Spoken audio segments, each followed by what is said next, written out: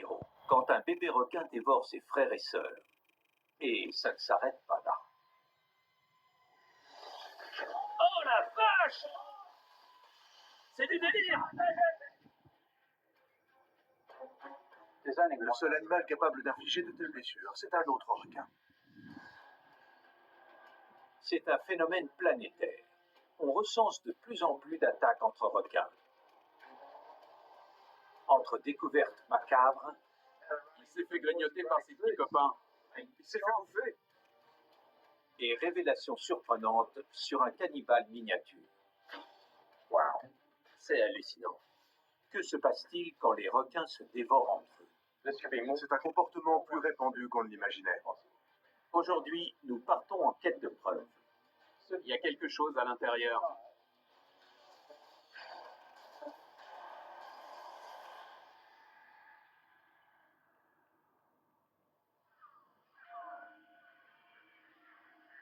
La Gold Coast du Queensland. L'un des spots de surf les plus réputés d'Australie. Mais aussi l'une des populations de requins les plus dangereuses au monde. Des requins marteaux, des requins tigres, des requins bulldogs et de grands requins blancs forment le gros des troupes. Vous écoutez les infos de la Gold Coast, je suis Peter Carter. On apprend à l'instant qu'un surfeur d'une vingtaine d'années a été attaqué par un requin au large d'une plage très fréquentée. Ces attaques restent peu courantes. L'État du Queensland a mis en place un programme de surveillance pour protéger les baigneurs en déployant des filets et des appâts pour capturer les requins autour des plages les plus dangereuses. Mais ce programme a eu des conséquences inattendues. D'après le pêcheur Joel Merchant, les plus grands requins d'Australie semblent s'être découvert un goût pour la chair de leurs semblables.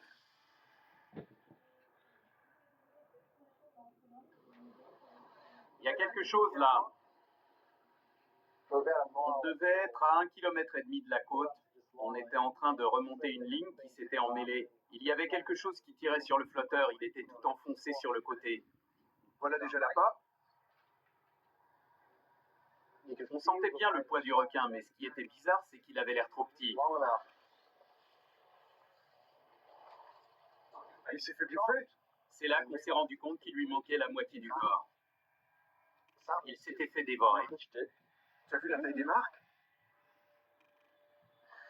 Il s'est fait grignoter par ses petits copains. C'était vraiment une morsure énorme.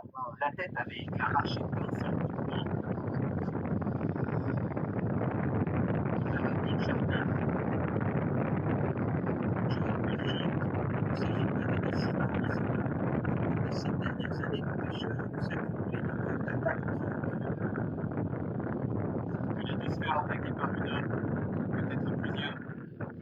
C'est encore les mêmes marques, les plus grandes. J'avais jamais vu un truc pareil. Mais depuis, j'en ai pêché des centaines, c'est pratiquement tous les jours. Comme s'ils se mangeaient plus qu'entre eux. Mark Pican est l'un des principaux biologistes spécialisés dans les requins. D'après lui, la prédation entre requins est un phénomène plus courant qu'on ne le pense. Regardez ces marques. Le seul animal capable d'infliger de telles blessures, c'est un autre requin. Ce pourrait être un requin marteau, un requin bulldog, un requin don bleu ou encore un requin tigre. Ils sont tous assez grands pour avoir porté un coup pareil. Ce sont les prédateurs les plus redoutés du monde sous-marin.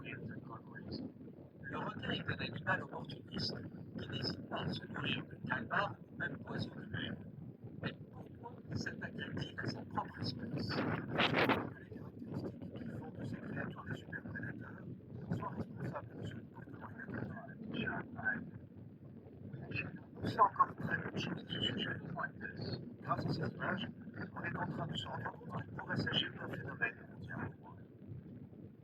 Il ne s'agit pas simplement d'un individu isolé qui s'en prend à ses semblables, ni d'une espèce en particulier qui s'attaque à une autre. Ce sont toutes sortes de requins qui se retournent contre leurs congénères dès qu'ils en ont l'occasion. Oh la vache! et les signalements sont multipliés sur la côte australienne.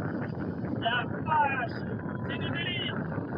Au large des îles Gilpin, dans le sud de l'Australie, des marins ont filmé une attaque entre deux requins. Près de l'île de Strathmore, dans le Queensland, on a retrouvé un énorme requin blanc pratiquement coupé en deux par deux morsures géantes. Cette photo est spectaculaire. Regardez la taille de ce requin. Il doit faire plus de 3,50 m de long, et pourtant les morsures sont colossales. Imaginez la puissance de la mâchoire responsable de telles blessures. Ça vous donne une idée de quel est le prédateur. Il pourrait très bien s'agir d'un autre requin. Comment expliquer le comportement cannibale du requin australien? Pour Mark Megan, l'incident de la Gold Coast s'explique par son contexte. Attaquer un requin de plus de 3,50 m, même si l'assaillant est un autre requin, c'est loin d'être gagné d'avance.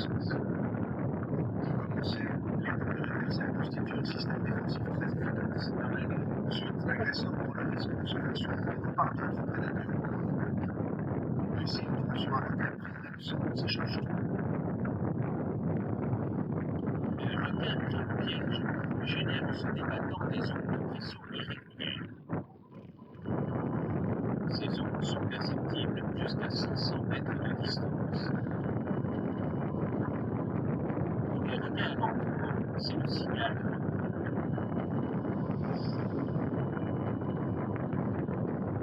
Un groupe de requins capte des variations de pression par les oreilles avant d'acheminer ces signaux dans le canot de chaque côté du corps. Ces canaux sont à vis sans cils qui réagissent au mouvement, permettant au requin de détecter la taille et l'origine des turbulences et d'en suivre la piste.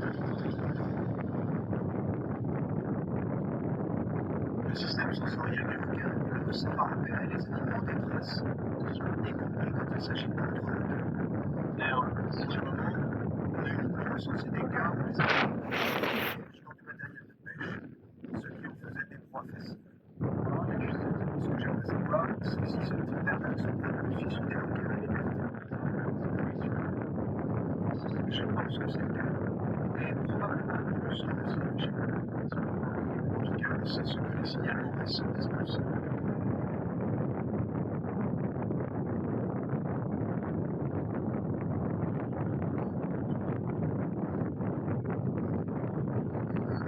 L'enquête se poursuit dans la mangrove de Bimini, au cœur des Bahamas. Les marécages fournissent un environnement sûr pour la croissance des jeunes requins citrons. Chaque année, des centaines de femelles pleines regagnent les zones peu profondes où elles sont nées pour y mettre bas.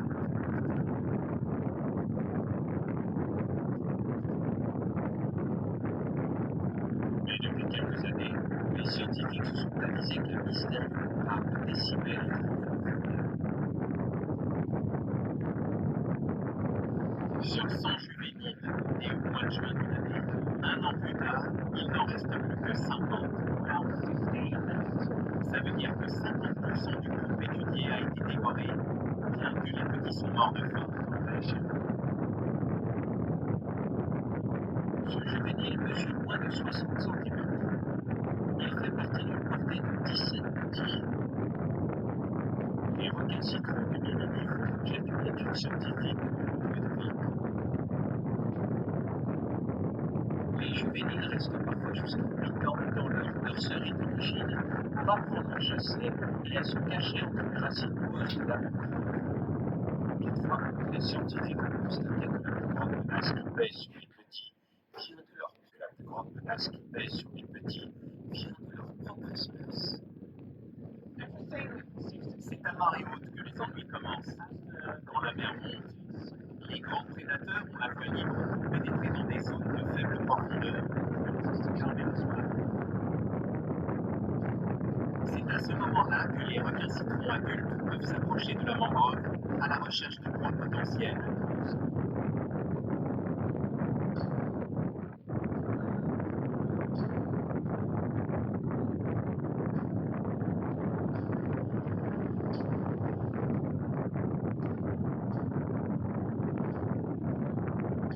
Les juvéniles se tiennent sur leur queue. l'instinct les pousse à rester à l'abri de la mangrove. S'aventurer trop loin peut s'avérer très risqué. Si un jeune requin citron s'approche un peu trop d'un adulte et que l'adulte le repère en premier, le jeune n'a aucune chance de s'en tirer. Les adultes sont capables de surprendre et d'acculer leur proie avec une très grande rapidité.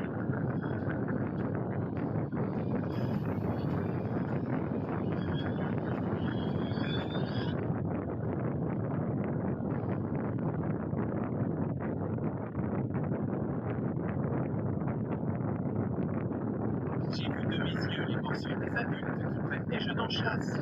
C'est un phénomène bien réel. C'est la preuve irréfutable que les attaques cannibales se produisent aussi dans la nature.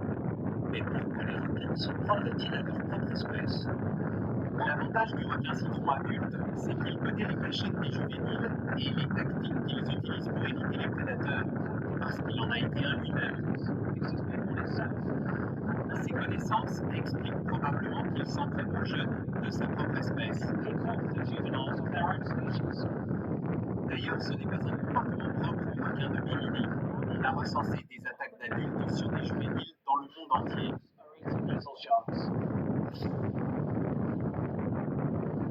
Tous les animaux ont besoin de se nourrir. Alors, quand une ressource est disponible, ils en profitent. Aujourd'hui, de nouvelles études semblent indiquer qu'il s'agit là d'un comportement millénaire.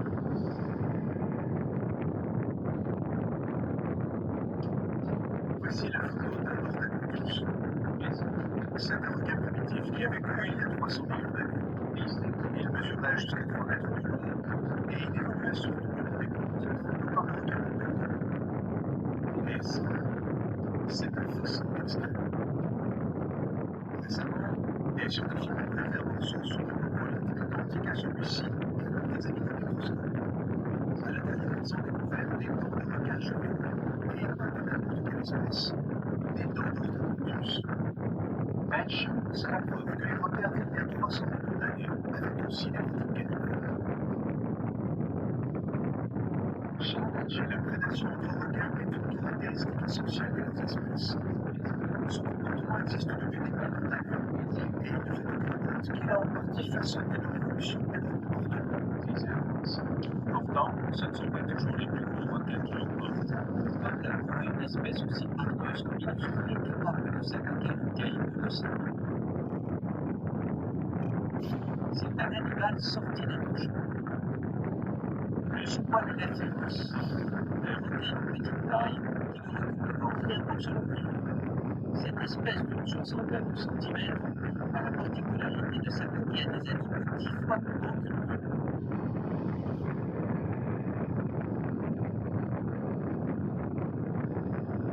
Le biologiste Yanis Papastamatiou a consacré sa carrière à l'étude de cette espèce parasite difficile à observer. On sait peu de choses sur cette espèce. On la rencontre très rarement parce qu'elle vit en haute mer. On pense que les squalulets évoluent à quelques centaines de mètres de profondeur pendant la journée et qu'ils remontent à la surface à la nuit tombée. À ce stade, ce sont surtout des suppositions fondées sur les quelques témoignages qu'on a pu rassembler. Cette vidéo prise par Ryan pourrait constituer une unique trace d'un squalulet féroce en liberté. En revanche, l'espèce a laissé des traces dans les océans du monde entier. La plupart des prédateurs préfèrent s'attaquer à des proies plus petites qu'eux. C'est une loi de la nature presque universelle. En revanche, le squalulet n'hésite pas à s'en prendre à des animaux beaucoup plus gros que lui. C'est une technique de chasse très atypique pour un requin. Le squalulet possède la plus grande rangée de dents de toutes les espèces de requins. Sa mâchoire redoutable est sur une plaie parfaitement circulaire sur ses victimes. C'est souvent la seule trace de son passage. On a observé de telles morsures sur une grande variété d'animaux pélagiques, que ce soit des orques, de grands requins blancs, des espadons, des thons, même des sous-marins ou du matériel océanographique. C'est une espèce que rien ne semble rebuter. La question qui se pose pour les scientifiques, c'est de comprendre sa technique d'attaque. En partenariat avec des spécialistes du musée d'histoire naturelle de Floride, les biologistes placent l'un des rares spécimens préservés de squalonets féroces dans un scanner ultramoderne. Peu à peu, les rayons X dévoilent les secrets du minuscule requin. C'est hallucinant. Cet animal est une véritable profondeur. On voit bien comment s'articulent les différentes couches de cartilage et de muscles.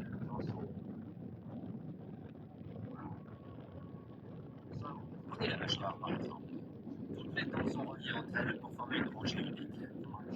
Ce qui n'est pas le cas chez les autres requins. Remarque aussi qu'il a de grandes lèvres charnues et aussi une très grosse langue, à laquelle sont attachés des muscles puissants, bien plus gros que chez les autres requins. L'anatomie du squalonet pourrait expliquer sa technique de prédation singulière. On pense que la mâchoire de ce requin lui sert à générer un effet de succion, en créant une pression négative pour se repousser à la proie avant d'y planter les dents. Ce qui m'intrigue, c'est ce qu'il fait après. Au début, on croyait qu'il tournait sur lui-même pour arracher un morceau de chair en laissant une marque circulaire.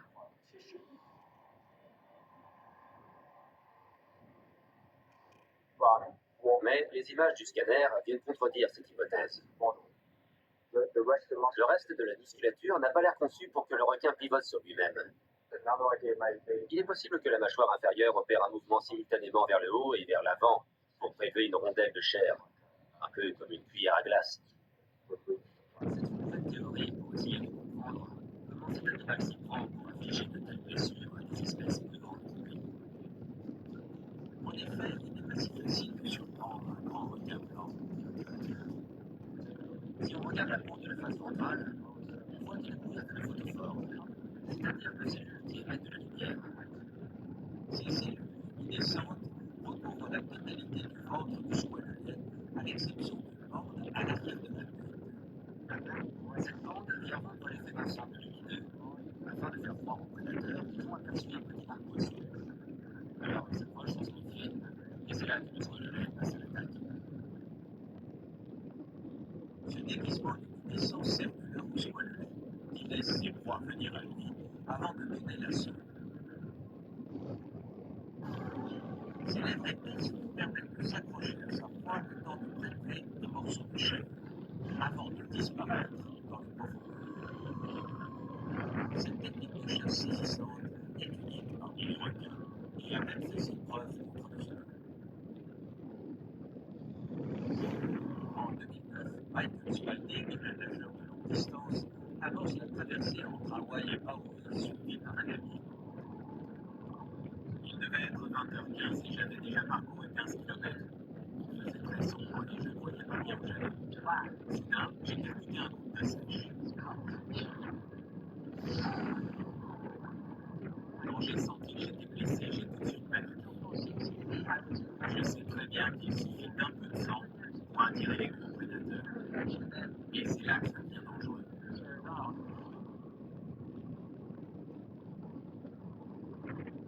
Je venais de heurter une autre sèche quand quelque chose m'a frappé en pleine poitrine.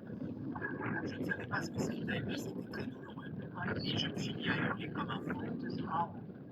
Mon ami dans le kayak s'est rendu compte que c'était du sérieux. Ça va ? J'ai battu les pieds pour remonter dans le kayak et c'est là que j'ai été touché à la jambe. Il y a un truc qui m'a mordu. J'ai essayé de palper la plaie et j'ai senti un gros trou sous mes doigts.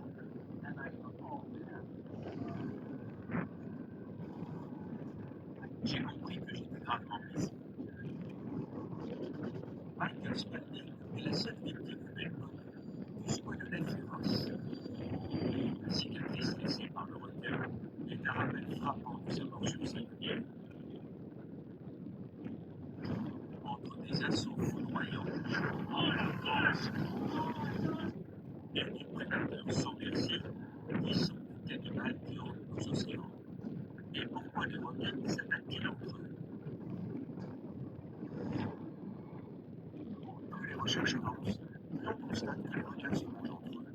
Mais parfois, ça commence très tôt.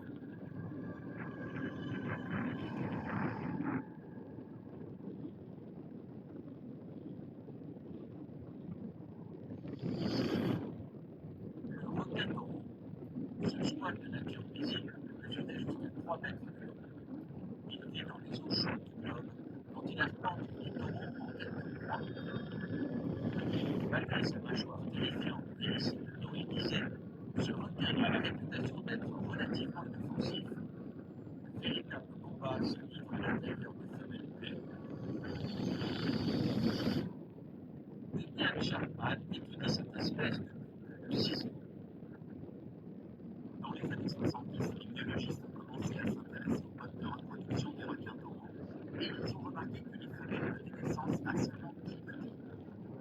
Mais dans les premiers stades de la gestation, ils comptaient toujours entre 12 et 14 embryons. Alors ils ont voulu comprendre ce qu'il advenait des embryons manquants.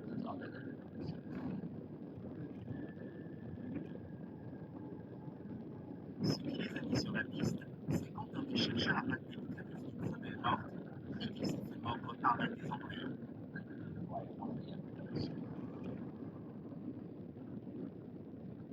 Les échantillons ADN ont permis d'identifier un phénomène de paternité multiple chez les embryons. La portée grandit à l'intérieur de deux utérus distincts. Chaque poche utérine contient jusqu'à 7 embryons. Le premier embryon à sortir de l'œuf a souvent un peu d'avance sur les autres en termes de croissance. Par exemple, ses dents et ses yeux apparaissent plus vite. Alors il en profite pour se mettre à dévorer ses frères et sœurs.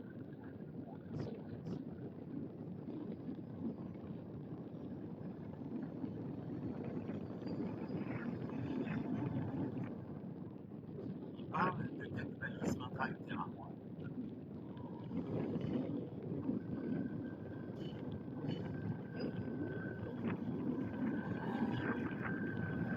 Long d'une dizaine de centimètres, les embryons semblent saisis d'une rage meurtrière. Il élimine ses frères et sœurs les uns après les autres, ce qui a pour effet de stimuler sa croissance.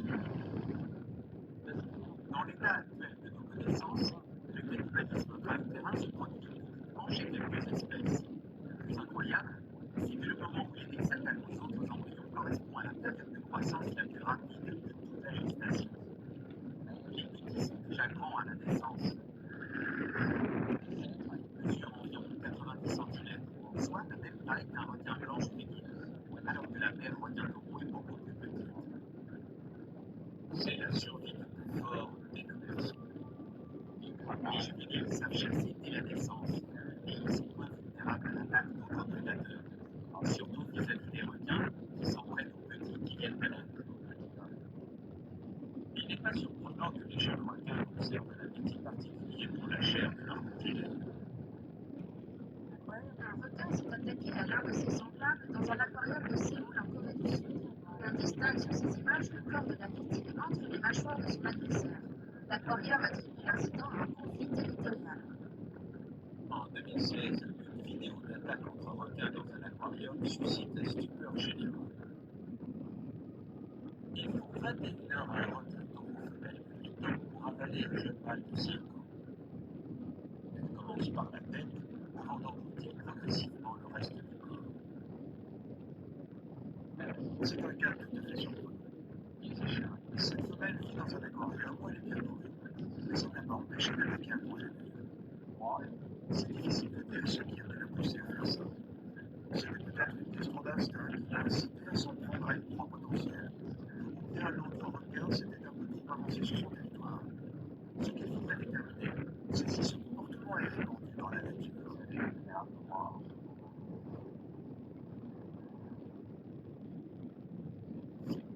L'enquête se poursuit en Floride pour essayer de trouver des réponses. Chaque année en février, des centaines de milliers de requins bordés affluent sur la péninsule. C'est le plus grand rassemblement de requins au monde. Regardez, il y a une nageoire qui dépasse. Stéphane Cacciura étudie ce rassemblement migratoire depuis 9 ans. Les requins fuient les eaux froides du nord pour passer l'hiver sous des températures plus clémentes. De minuscules balises acoustiques permettent de suivre les requins à la trace. C'est ainsi qu'il a remarqué un phénomène surprenant.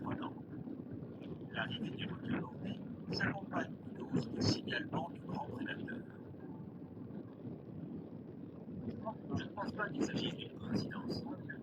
Si les requins bordés s'approchent autour de la côte, c'est probablement pour échapper à certains de leurs propres prédateurs.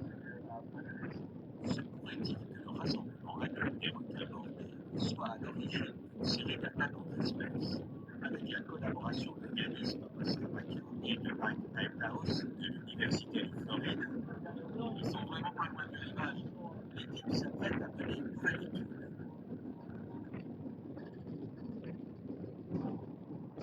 En Floride, on a la chance d'avoir des espèces de très grands requins. Des requins tigres, des requins bulldogs et de grands requins marteaux. Parfois même, on aperçoit des requins blancs. Je pense que certaines de ces espèces pourraient s'en prendre aux requins bordés. Pour eux, c'est de la nourriture facile. Quelques jours plus tôt, l'équipe a filmé la suite de l'attaque.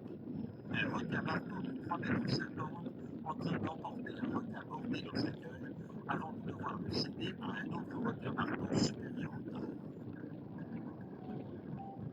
C'est un aperçu sidérant de la prédation entre requins qui s'opère sous la surface.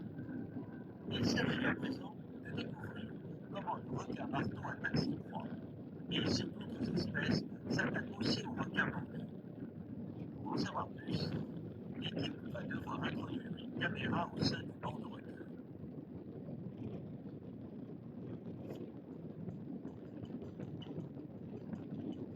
Le mois de mars arrive en Floride et avec lui des milliers de requins bordés le long du plage. Notre équipe scientifique mène une étude pour découvrir si cette espèce de type modeste suscite des convoitises de requins plus gros. On pourrait croire qu'un requin bordé de 1,50 m de long a de quoi décourager les prédateurs. Mais avec de la vitesse et de la souplesse, il peut très bien le surprendre sans se faire mordre. C'est bon. 3 heures plus tôt, l'équipe a posé une balise avec caméra sur un requin bordé de 1,50 m. La caméra sera en place pendant 24 heures pour enregistrer tous ses déplacements. À présent, l'équipe a l'intention de passer une balise sur l'un de ses prédateurs éventuels. Mais d'abord, il faut l'attraper. Pendant que les assistants lancent des appâts, Yanis Papastamacchio prépare une caméra de pointe. Cet appareil contient plusieurs capteurs. Il y a une caméra vidéo, un gyroscope et un magnétomètre. Avec un peu de chance, les données collectées nous permettront de comprendre comment certains requins réussissent à attaquer leurs semblables. Donc là, après 8 heures d'attente, ça y est, l'équipe tient son premier requin. On a un gros requin qui a mordu l'hameçon, probablement un requin bulldog. Avec la météo qui est en train de changer et le vent qui se lève, ça ne va pas être facile d'immobiliser une bête de cette taille et de fixer la balise. Mais on va essayer quand même. On verra bien. Le requin bulldog chasse indifféremment en eau douce et en mer.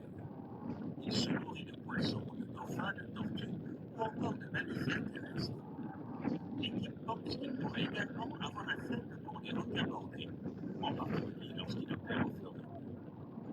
Un témoin a assisté à une attaque entre les deux espèces. Ici, Gonzalez était parti pêcher en triangle le long des côtes lorsqu'il a senti une proie tirer sur sa ligne. C'était un requin bordé d'1,20 m environ. Au moment où j'allais le relâcher, il a plongé sur la surface. Et c'est à ce moment-là qu'on a vu remonter une ombre dans l'eau. Rien qu'à la forme du museau, on a su que c'était un requin bulldog. Tout à coup, il a arraché un morceau à l'autre requin.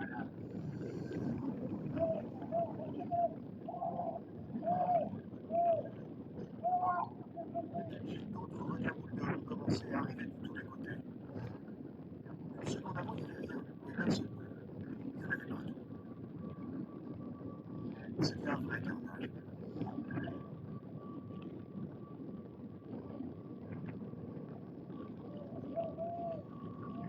Ça s'est produit sous nos yeux, et pourtant on avait du mal à y croire. Il faut moins d'une minute au groupe de requins bulldog pour dépecer sa proie. Tout comme en Australie, la victime était accrochée à une ligne de pêche. Les scientifiques cherchent aujourd'hui à savoir si le requin bulldog s'attaque aussi à leurs congénères en liberté. Mike tire le requin le long du bateau, tandis que Yanis allume la caméra. pas. Il s'agit d'un requin bulldog. Tire un signe de côté. C'est une femelle de 2 mètres de long.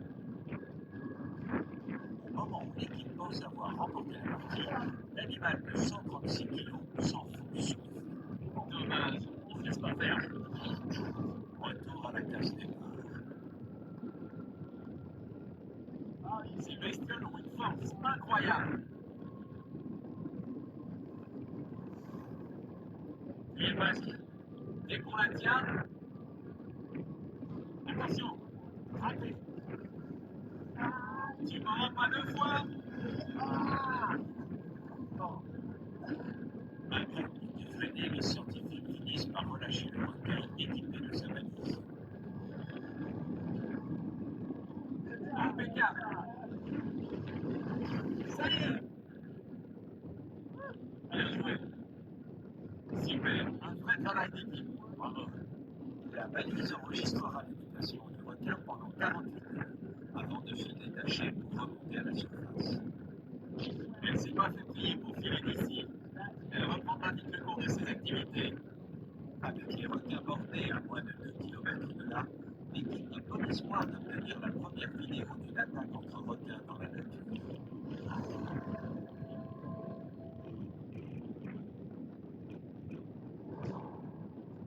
Que ce soit le squalelet féroce qui s'attaque au plus gros requin du monde, ou les requins marteaux qui sèment la panique chez leurs congénères en Floride, tout autour du monde se multiplient les témoignages d'attaques entre requins. Certains des plus gros requins pourraient même s'attaquer entre eux. Un incident en Australie semble confirmer cette hypothèse.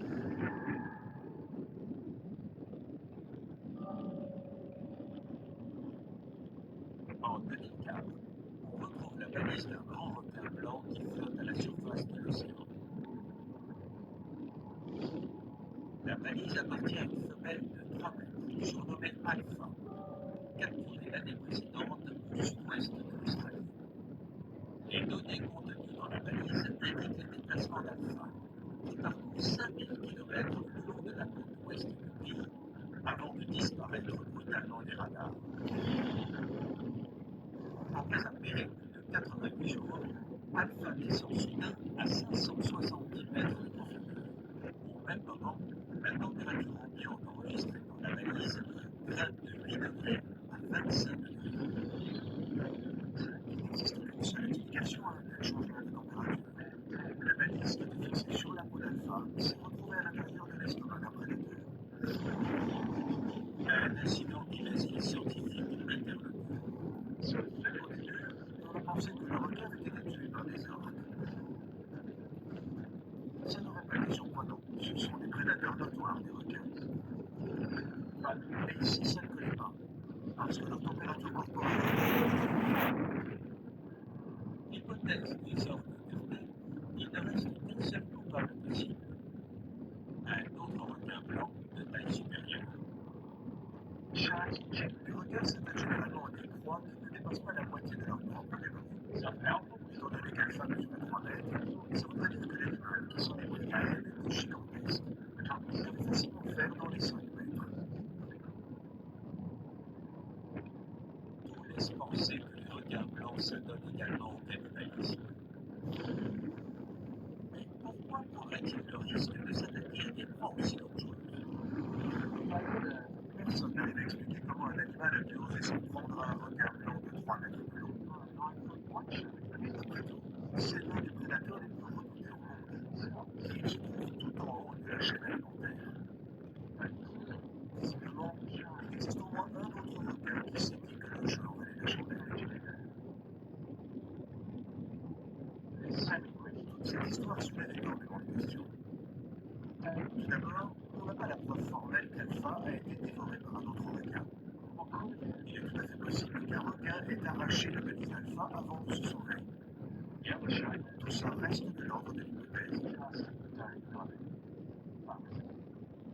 Mais c'est un épisode passionnant qui laisse entendre qu'on ignore encore beaucoup de choses sur les interactions entre requins, notamment que ces interactions incluent des comportements de prédation. C'est ce qui nous appartient de découvrir.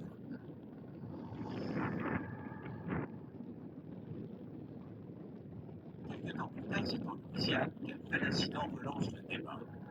T'as vu ça? Ryan Lucy, un étudiant parti pêcher à près de 95 km de la côte, a réussi à filmer un requin-tigre de plus de 600 kg en train d'attaquer un requin-marteau de 2,50 m de long. C'est une situation classique où le requin s'est fait prendre sur une ligne de pêche. Ce qui m'intrigue surtout, c'est la manière dont le requin-tigre l'a attaqué. On voit bien qu'il a visé l'abdomen, ce qui lui permet d'éviter la tête et la mâchoire qui peuvent présenter un danger. C'est un moyen de neutraliser rapidement sa proie. Le requin-tigre a éventré sa victime pour la laisser se vider de son sang. Après quoi, il s'est approché à nouveau pour dévorer le cadavre. Il est très possible que cette vidéo nous révèle la tactique des requins pour en attaquer d'autres dans la nature. Le prédateur repère une silhouette qui se découpe en contre-jour et il attaque par en dessous, à l'endroit le plus vulnérable. N'oublions pas que c'est dans l'abdomen que se trouvent tous les organes vitaux. Un bon coup de dent, et la proie est hors de combat. L'enquête continue. Il y a quelque chose à l'intérieur sur les attaques contre grands requins.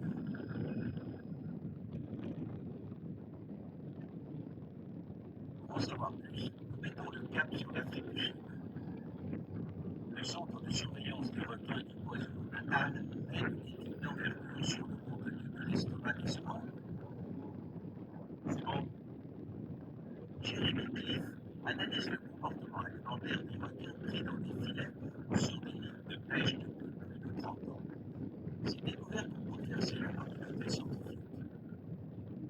L'aliment qu'on retrouve le plus souvent dans l'estomac des requins blancs, c'est la chair d'autres requins plus petits. Le requin blanc d'Afrique du Sud se nourrit à 41% de raies et d'autres requins. Chez le requin monogame, le pourcentage s'élève à 50%. Chez le requin d'eau bleue, ce sont 60%. Le doute n'est plus permis. Les grands requins d'Afrique du Sud ont intégré la chair de leurs congénères dans leur régime alimentaire. Est-il possible qu'ils s'attaquent même entre eux? Longueur précaudale, 2,20 m. Les travaux de Jeremy Cliff laissent entrevoir une réponse. Longueur totale, 2,77 m. Ce requin blanc juvénile a été retrouvé emmêlé dans un filet à 75 km du laboratoire. Ça, c'est le lobe droit du foie. C'est un organe qui peut atteindre un tiers du poids total chez beaucoup de requins. Là, c'est l'estomac. Il y a quelque chose à l'intérieur. Un objet très dur. Là, peut-être une nageoire. On va bientôt savoir ce que ce requin a mangé en dernier. Oui, c'est la nageoire d'un grand requin.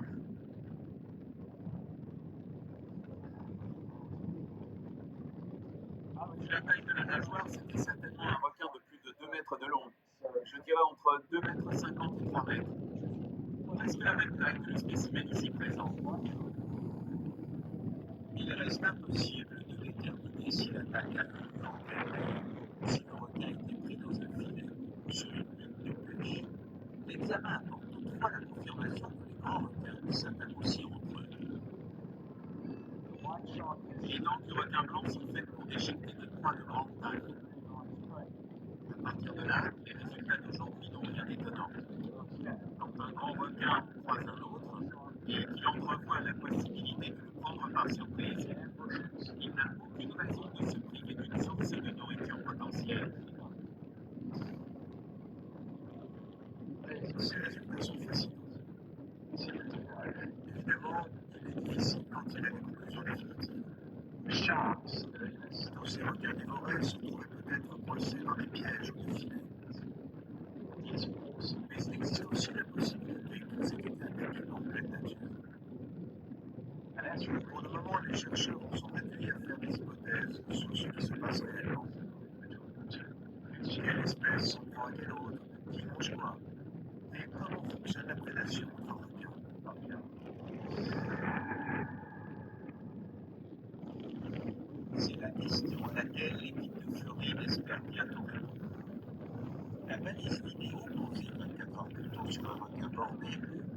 remonter à la surface.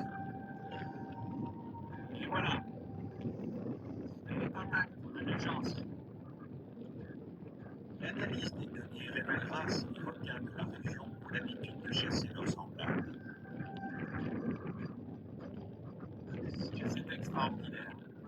C'est la première fois qu'on réussit à filmer un banc de requins bordés de l'intérieur.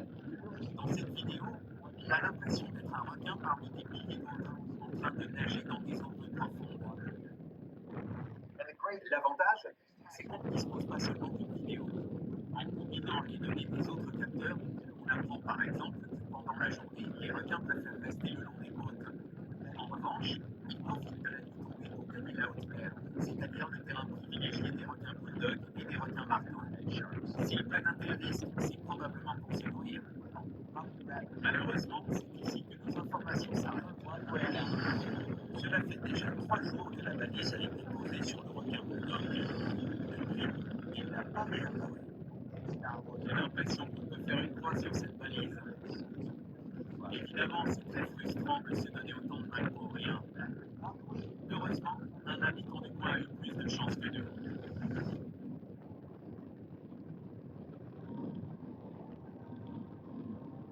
C'est non loin de la plage où Mike a posé la balise qu'un drone a enregistré des images spectaculaires. Un requin marteau de 3 mètres de long donnant la chasse à un groupe de requins bordés avant de lancer l'assaut.